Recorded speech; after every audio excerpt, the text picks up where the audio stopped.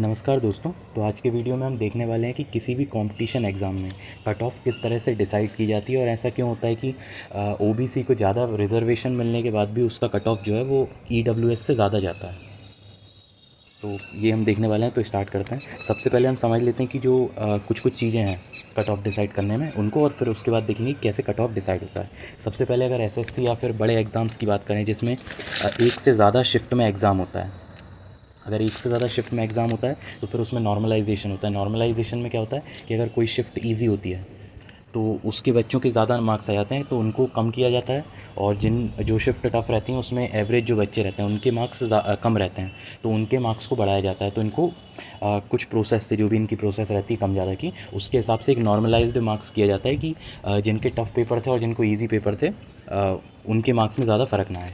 ठीक है। अब दूसरी चीज़ देख लेते हैं कि जो डिपार्टमेंटल एग्ज़ाम होते हैं उसमें सर्विस कोटा रहता है। सर्विस कोटा का मतलब है कि जिनकी सर्विस ज़्यादा रहती है उनके जो मार्क्स रहते हैं उसमें कुछ एक्स्ट्रा मार्क्स को ऐड कर दिया जाता है, उसके बाद कट ऑफ डिसाइड की जाती है। इस वजह से कई सारे जिनके कम मार्क्स भी रहते हैं वो सर्विस कोटा की वजह से सिलेक्ट हो जाते हैं डिपार्टमेंटल एग्ज़ाम में। ठीक है। फिर उसके बाद एक शिफ्ट कोटा रहता है। शिफ्ट कोटा वही हो गया हमारा जो नॉर्मलाइजेशन के लिए यूज़ होता है। ठीक है। तो ये जो डिपार्टमेंटल एग्ज़ाम रहते हैं उसमें भी कई बार शिफ्ट कोटा का यूज़ हो जाता है ना, नॉर्मलाइजेशन के लिए।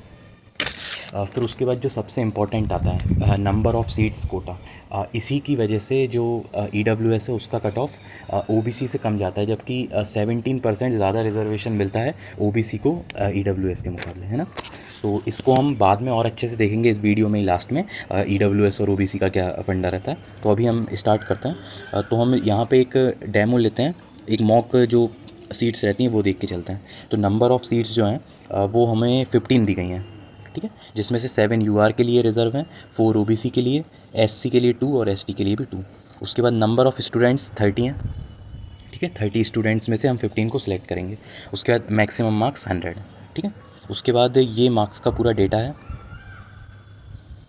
ये मार्क्स का डेटा है, आप अच्छे से देख सकते हैं। अब इसमें हमें क्या करना है, सबसे पहले सबसे ज़्यादा रिजर्वेशन जिसको मिलता है उसका चांस सबसे लास्ट में आएगा हमारे इस प्रोसेस में, और यही ऑफिशियल प्रोसेस होता है। एक और प्रोसेस होता है, कई सारे जो दूसरे एग्ज़ाम्स होते हैं उसमें उस प्रोसेस से भी किया जाता है, तो वो थोड़ा टिपिकल प्रोसेस है, तो उसको हम बाद में देखेंगे। फ़िलहाल यहाँ पर क्या करना है हमें कि सबसे पहले हमने देखा था कि 7 यूआर की सीट्स हैं।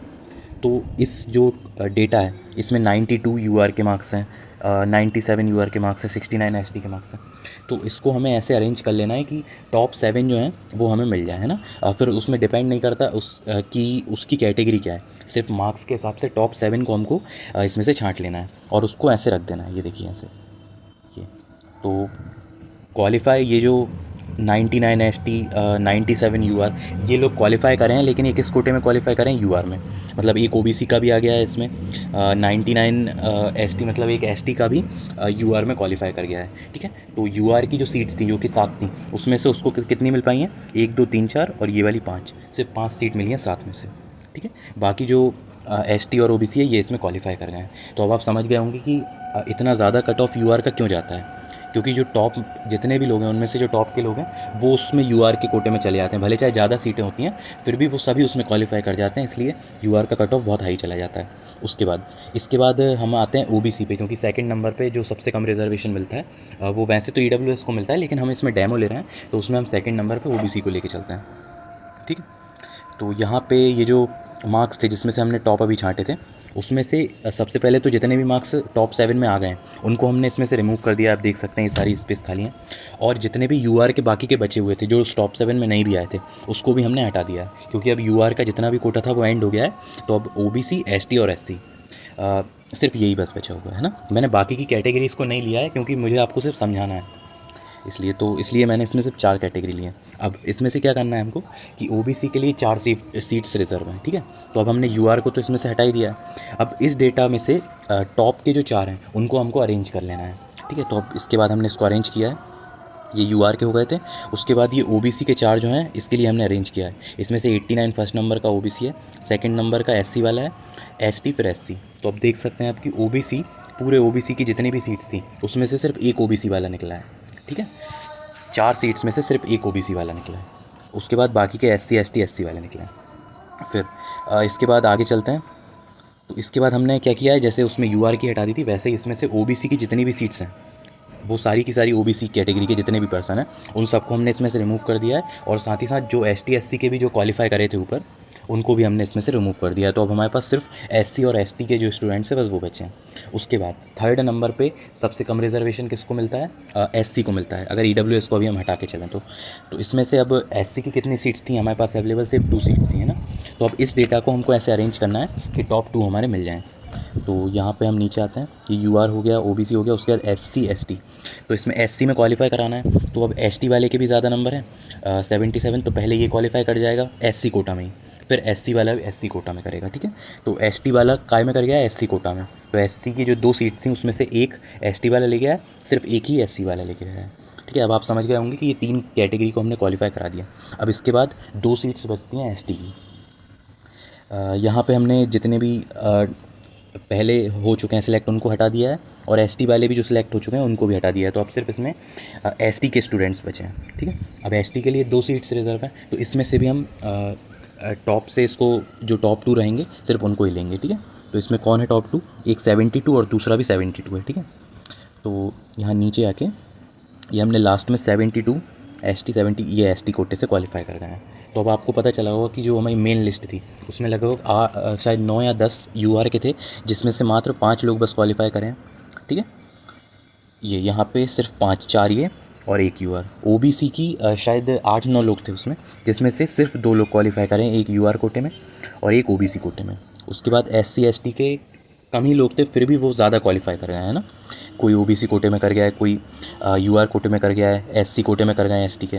तो ऐसा ये सब फंडा रहता है, इस हिसाब से जो कट ऑफ है वो डिसाइड होती है। तो अगर हम देखें तो एसटी की कट ऑफ कितनी गई है? 72 मार्क्स गई है। ओबीसी की कट ऑफ कितनी गई है? देखो ओबीसी में एससी की कट ऑफ कितनी गई है? एससी की कट ऑफ गई है 74 मार्क्स। उसके बाद ओबीसी का देखें तो वैसे तो ओबीसी की जो कट ऑफ है वो 87 मार्क्स होनी चाहिए, लेकिन जो मेन रिज़ल्ट आएगा उसमें तो ओबीसी सबसे कम 89 पे सिलेक्ट है, तो इसलिए लोग कहते हैं कि इसका कट ऑफ ज़्यादा हो गया है, जबकि कट ऑफ इसका 87 मार्क्स ही था। लेकिन एसटी एससी के क्वालिफाई हो गए हैं, तो जो लास्ट ओबीसी क्वालिफाई हुआ है वो 89 मार्क्स पे हुआ है, इसलिए हम कहते हैं कि इसका कट ऑफ हाई चला गया। उसके बाद यूआर में यूआर का 92 है, ठीक है। तो मैं समझता हूँ कि आप समझ गए होंगे कि ये किस प्रोसेस से क्वालिफाई कराया जाता है। अब लास्ट में हम देख ले कि देखिए ऐसा क्यों होता है कि ईडब्ल्यूएस जो है उसको 10% रिजर्वेशन मिलता है, जबकि ओबीसी को 27% मिलता है। फिर भी जो एसएससी एग्ज़ाम्स होते हैं या बाकी कई सारे एग्ज़ाम्स होते हैं उसमें ईडब्ल्यूएस का कट ऑफ कम जाता है। ऐसा इसलिए होता है क्योंकि एक सबसे इंपॉर्टेंट कोटा होता है और वो होता है सीट्स कोटा, सबसे इंपॉर्टेंट कोटा होता है। तो ओबीसी जो है उसके बहुत ज़्यादा स्टूडेंट हैं, तो उनको इस कोटे का लाभ नहीं मिल पाता, और जो ईडब्ल्यूएस हैं उसके बहुत कम लोग हैं ओबीसी और यूआर के मुकाबले। तो इसलिए इनके जो मार्क्स रहते हैं उसमें मार्क्स ऐड कर दिए जाते हैं एक्स्ट्रा, मतलब कट ऑफ बनाते टाइम उसमें मार्क्स ऐड कर दिए जाते हैं, और वो काहे के मार्क्स होते हैं? कम सीट्स हैं उस कोटे के मार्क्स होते हैं। तो इसलिए ओबीसी से भी ज़्यादा चला जाता है ईडब्ल्यूएस का कोटा। अब इसके बाद हम देखते हैं एसटी एससी जो है उससे भी कम है ईडब्ल्यूएस के। फिर भी ऐसा क्यों होता है कि इनका एससी एसटी का कम जाता है? क्योंकि इनका जो रिजर्वेशन है वो इतना ज़्यादा है कि उस कोटे पे बैठ नहीं पाता, जबकि ओबीसी का 27% है, ईडब्ल्यूएस का 10% है, तो सिर्फ 17 का डिफरेंस है।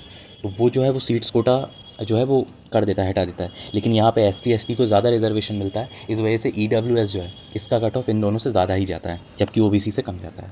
तो मुझे लगता है आप समझ गए होंगे कि किस तरह से कट ऑफ डिसाइड किया जाता है। आप देख सकते हैं मैंने ये पूरी की पूरी शीट को कर दिया है, क्या है scene.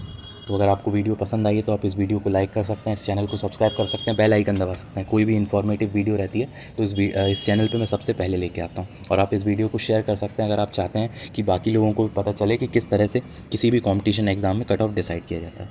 So thank you guys.